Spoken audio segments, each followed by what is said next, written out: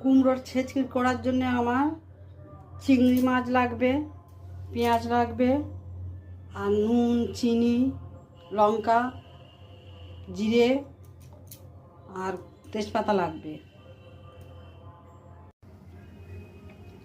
প্রথমে আমরা চিংড়িটা ভেজে তুলে নেব।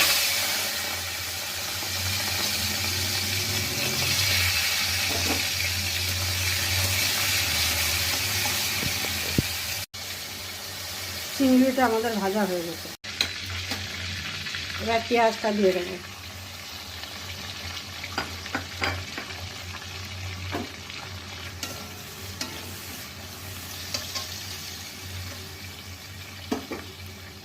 দিদিভাই, আমাদের পেঁয়াজটা গোলাপি মতন ভাজা হয়ে গেছে। এবার হচ্ছে কাঁচা কুমড়ো আর পাকা কুমড়ো দিয়ে দিলাম।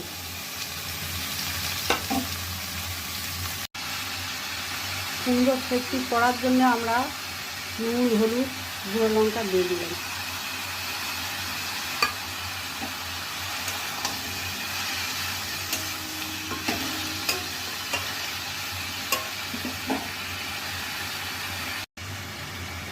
এবার আমরা একটু ঢাকা দিয়ে দেবো, কমিয়ে দেবো।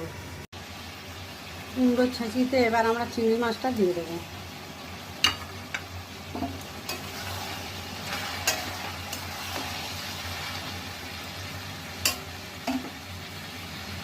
দিয়ে এবার একটু নাড়াচাড়া।